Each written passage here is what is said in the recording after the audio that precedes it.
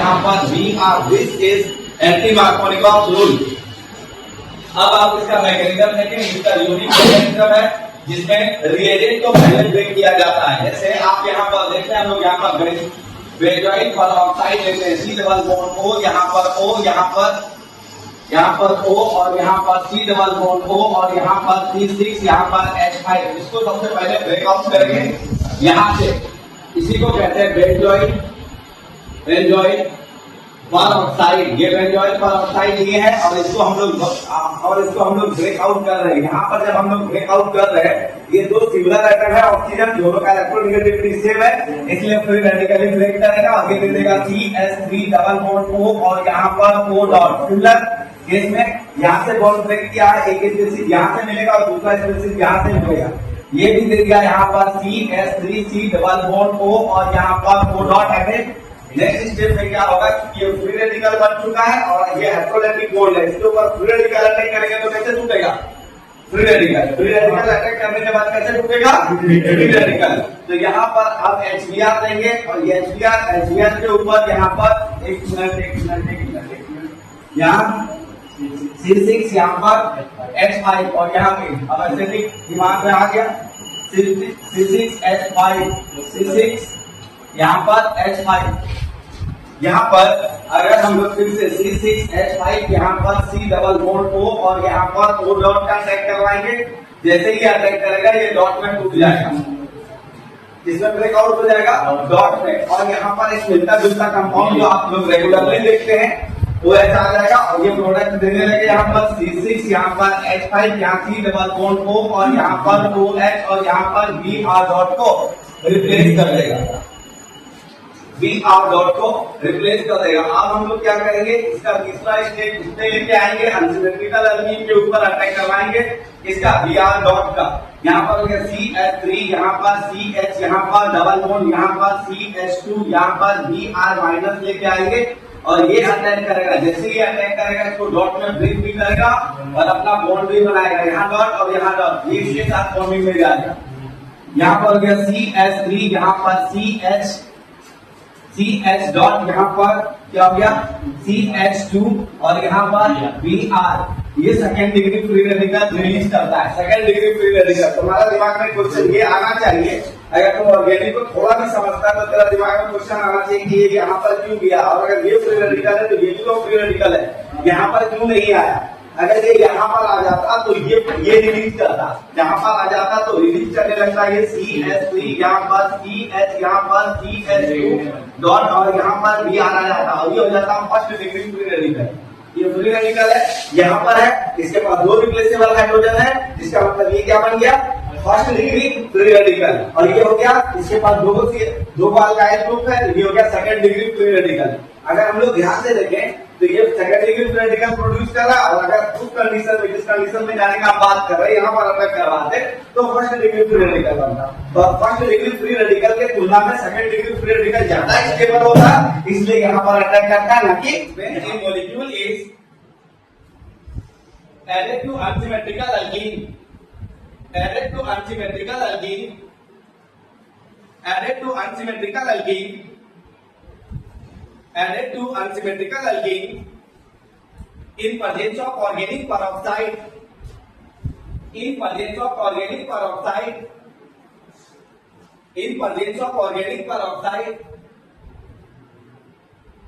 in presence of organic peroxide, then the hydrogen of adding molecule, bracket में HCl लिख लीजिएगा, then the hydrogen of adding molecule, then the hydrogen of adding molecule, then the hydrogen of adding molecule will goes to that carbon atom, then the hydrogen of adding molecule will goes to that carbon atom, will goes to that carbon atom, will goes to that carbon atom, will goes to that carbon atom which have least number of hydrogen atom, which have least number of hydrogen atom, which have least number of hydrogen atom.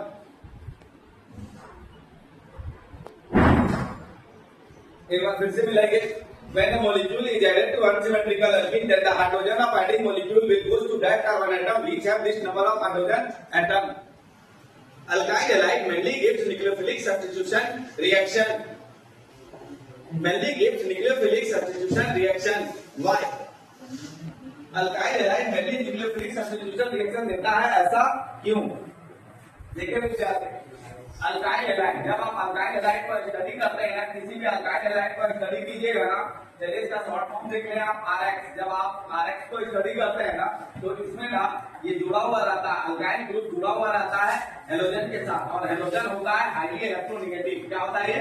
Highly electronegative. क्या होता है ये? Highly electronegative.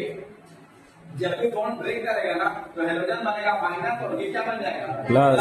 यहाँ पर तो देखिए ये क्या बनेगा? माइनस और ये क्या बनेगा? प्लस। अब जब इसके ऊपर किसी न्यूक्लियोफाइल का मतलब होता है नेगेटिव चार्ज, न्यूक्लियोफाइल मतलब नेगेटिव चार्ज, नेगेटिव चार्ज का अटैक करवाइएगा, तो ये यहाँ पर पॉजिटिव चार्ज के साथ जुड़ जाएगा और नेगेटिव चार्ज को रिप्लेस कर देगा, यानी यहाँ पर बन जाएगा C2H5, यहाँ पर Nu और साथ में Cl- को रिप्लेस कर दिया। तो कारण क्या है? क्या कारण है कि alkyl halide nucleophilic substitution reaction देता है? बस एक कारण, क्या है कि अल्काइल हैलाइड जिसके साथ बॉन्ड बना है वो हेलोजन है, और हेलोजन हाईली इलेक्ट्रोनेगेटिव होता है, और हाईली इलेक्ट्रोनेगेटिव स्पीशीज जब भी सेपरेट होगा तो अदर पार्ट में क्या क्रिएट करेगा? पॉजिटिव, और पॉजिटिव किसको अट्रैक्ट करेगा? नेगेटिव को। न्यूक्लियोफाइल मतलब नेगेटिव। यही कारण है कि ये क्या देता है? Nucleophilic substitution reaction. देखिए in case of alkyl halide,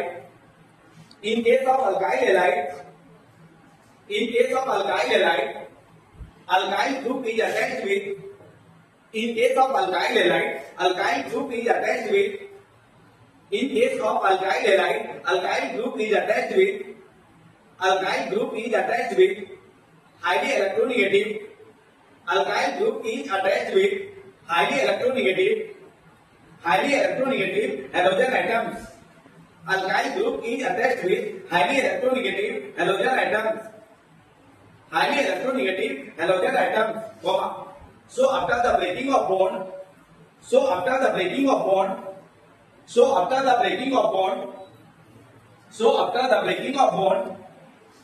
alkyl group becomes positive charge. So after the breaking of bond, alkyl group becomes positive charge. So after the breaking of bond, alkyl group becomes positive charge. Alkyl group becomes positive charge, which attract incoming nucleophile. Which attract incoming nucleophile. Which attract incoming nucleophile. Which attract incoming nucleophile. Which attract incoming nucleophile. Which attract incoming nucleophile. ज्यादा जरूरी physical properties के अंदर आता है solubility. Solubility मतलब पानी में घुलनशीलता। मेनली हम लोग पानी में ही ऑब्जर्व करते हैं किसी चीज को, घोल के पानी में घुलता है कि नहीं, क्योंकि वाटर एक क्या बोलते हैं ना कि यूनिवर्सल सॉल्वेंट कहा जाता है। तो देखो अगर अल्काइल हैलाइड पर स्टडी करोगे तो किसी भी चीज का सॉल्युबिलिटी पता करना है तो उसका नेचर को पता करो, क्योंकि जिस नेचर का जो रहता है उसी नेचर के साथ वो घुलता है। कहता है ना चोर चोर के साथ रहेगा और साधु साधु के साथ रहेगा। यहाँ पर देखो अगर सॉल्वेंट को देखोगे there are two types of solvent, यानी जिसमें कोई चीज घुलता है उसको हम लोग सॉल्वेंट कहते हैं। तो सॉल्वेंट को देखोगे तो सॉल्वेंट मेनली दो प्रकार का होता है, एक होता है पोलर सॉल्वेंट और दूसरा होता है non polar solvent. Non polar solvent को ही हम लोग ऑर्गेनिक सॉल्वेंट भी कहा देते हैं, ऑर्गेनिक सॉल्वेंट भी बोल देते हैं। ऑर्गेनिक सॉल्वेंट बोल चाल का भाषा में बहुत कम यूज होता है, लेकिन बोलते हैं। अब पोलर सॉल्वेंट क्या क्या मतलब हुआ? देखो वाटर को पोलर सॉल्वेंट कहा जाता है, वाटर को पोलर सॉल्वेंट कहा जाता है। कारण क्या है? पोलर किसको बोलते हैं? A substance which dissociates into plus and minus, या फिर a substance which dissociates into ion is known as polar.